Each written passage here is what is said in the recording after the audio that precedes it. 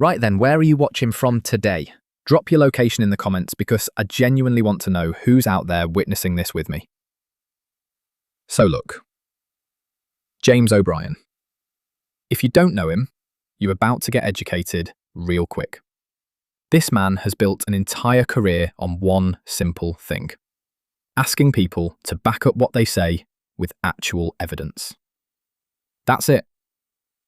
And apparently that's devastating when you're dealing with certain folks. What we're about to watch is exactly the kind of exchange that keeps me up at night.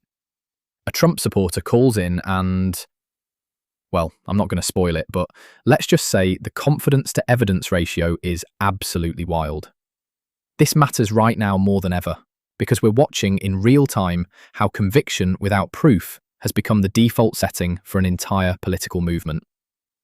It's exhausting, but somebody's got to talk about it. If you love watching me unravel disasters like this, please click that subscribe button and let's get into it. All right, this is the atmosphere that Donald Trump has come into. The average Americans don't vote because they're just disenchanted with the entire thing. They think they're all crooks. It doesn't matter. And for people to scoff and say, oh, well, there's no proof of that. Oh, it can't be true. Yes. I'm sorry, man. I just think that's a little bit naive. Yeah, I mean, so you're talking about an environment of because Trump is the crook that they thought all politicians were, but he comes. But the thing is he's an honest crook, mate. There's no, you know what I'm saying? He's not hiding it. You know, you say that, oh, Biden sounded like a statesman, like that's a good thing. Yes, it's not. Right. It's somebody who spent their life being a polished liar, taking corporate agenda and pushing it through. Are you describing what you? Are you describing what you think now, or what you think they think? This is what I believe, and this is what I've spoken to many of my friends back in America. We talk about these things, you know, and you've got the whole media juggernaut as well. If I asked you to persuade me that Joe Biden was a polished liar, what would you do? I just pointed his 50-year career. Yeah, well, go on. How else could he possibly stay in power? I mean, this is the whole that's thing a question. That's a question, not an answer. Outside. No, I know, but I just want you to. I'll be honest with you, man. I don't have any facts because I didn't know anything about Joe Biden before I heard his name as the elector. But you're absolutely certain that he spent half a century lying. If he's a politician, he's been in the job for that long. I don't see how he could avoid it. But you just said you'd never heard of him before last year. I don't need to hear. He was vice president. This is what I think of average American. Shouting louder doesn't make any more sense because he was vice president for 8 years. Right.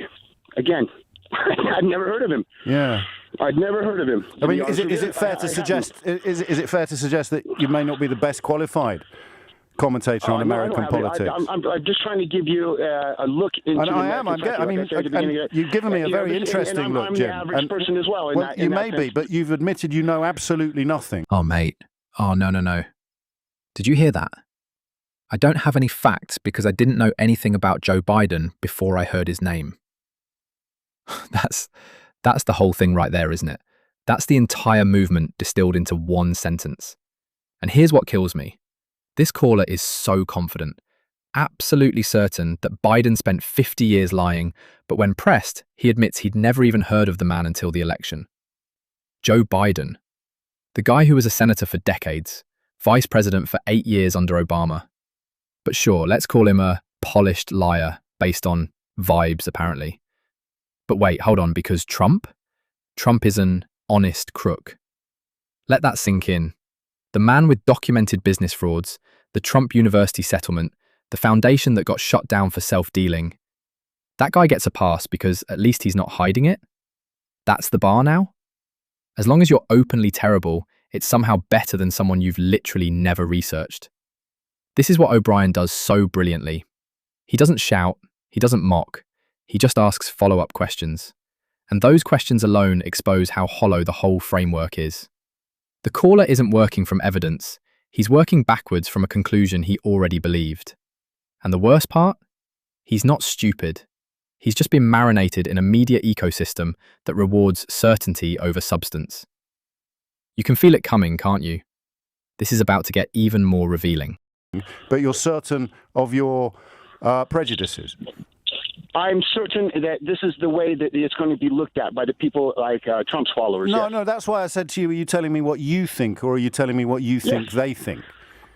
I'm telling you what I think. I'm telling And you, you think what is that the Joe common denominator Biden between my friends that I've spoken to about the subject? No, I understand that. I mean, I find it horrible what you're describing, but I don't think you're lying. I think you're being honest. So you can look at Donald Trump and see what you described as an honest crook, and there is all the evidence of his wrongdoing that goes back 50 years, and you know, we could make a list. We'd be here until Christmas. Yep, the man's got immense character flaws.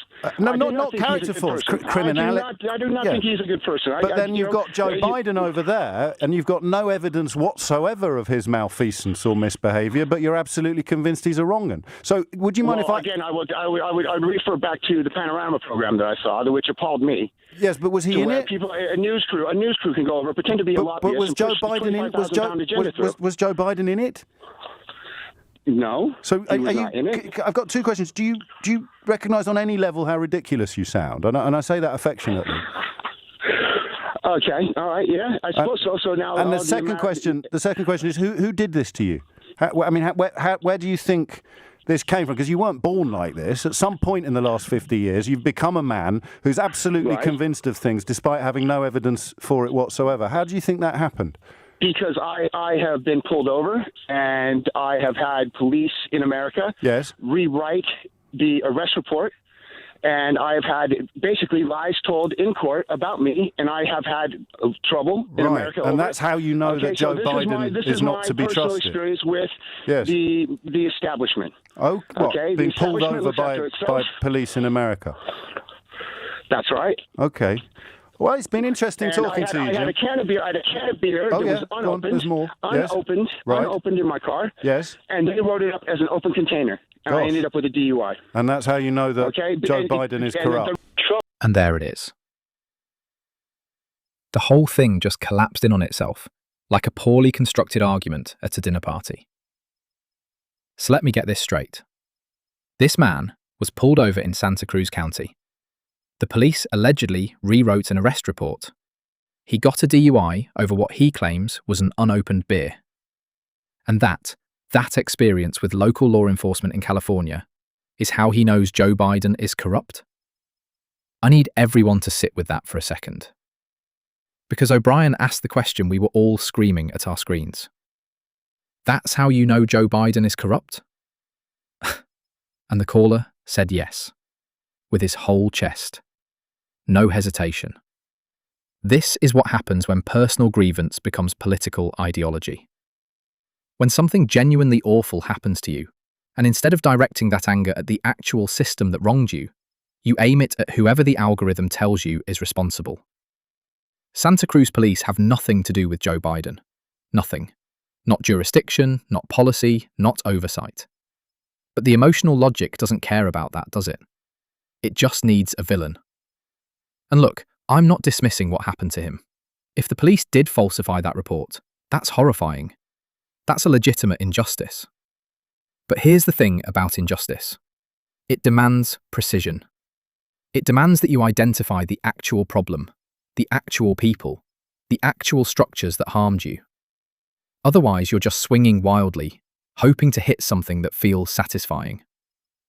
What O'Brien exposed in this conversation isn't just one man's confused worldview. It's the entire mechanism. Personal pain gets weaponized. Real grievances get hijacked and redirected toward political targets that have absolutely nothing to do with the original harm. And suddenly, you've got millions of people furious at the wrong things, for reasons they can't even articulate. The caller admitted, and this is the part that genuinely haunts me.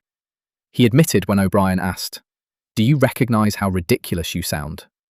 That yes, he does, on some level. There's awareness in there somewhere. But awareness isn't enough when the emotional framework is already locked in place. And then O'Brien asks the question that should be on a billboard somewhere. Who did this to you? Not accusatory, almost gentle. Because this man wasn't born believing that local police corruption in Santa Cruz means a former vice president is a criminal mastermind. Something happened. Someone, or something, taught him to connect those dots in a way that defies basic logic. That's the real story here, isn't it? It's not about one caller on a radio show. It's about an entire information ecosystem that takes legitimate frustrations and channels them into predetermined narratives. You're angry about being mistreated by authorities? Great, here's a political figure to blame. Never mind that he had nothing to do with it. Never mind that the actual people who wronged you face zero accountability, while you redirect your energy toward cable news talking points. This is why evidence matters. This is why critical thinking isn't some elitist academic exercise. It's survival. Because without it, you become a tool for other people's agendas. Your real pain gets harvested and turned into someone else's political fuel. And the tragedy is that this caller probably has legitimate reasons to distrust certain institutions. But instead of building an understanding of how power actually works, who actually harmed him and why, he's been handed a pre-packaged enemy. One that happens to align perfectly with the narratives being pushed by media outlets that profit from his anger. So where does this leave us? Because I refuse to end this on pure despair. Yes, the situation is grim. Yes, misinformation has poisoned political discourse to an almost unprecedented degree. But conversations like this one, O'Brien calmly asking questions and letting the contradictions speak for themselves, that's the template, isn't it? You don't defeat bad arguments by shouting louder. You defeat them by asking the questions that expose their emptiness. I want to hear from you lot. Seriously, how do we bridge this gap? How do we reach people who've been so thoroughly convinced of things without evidence? Drop your thoughts in the comments, because I genuinely want to know what you think works. And if you want to see another example of this exact phenomenon, there's a video I did where a supporter gets questioned about trade policy and tariffs specifically. Same energy. Same inability to provide actual evidence when pressed. Same confident assertions that crumble under basic scrutiny. It's worth watching because it shows this isn't isolated. This is a pattern. This is how the whole thing operates. Subscribe if you haven't. Share this with someone who needs to see it. And for the love of everything, keep thinking critically. We're going to need it.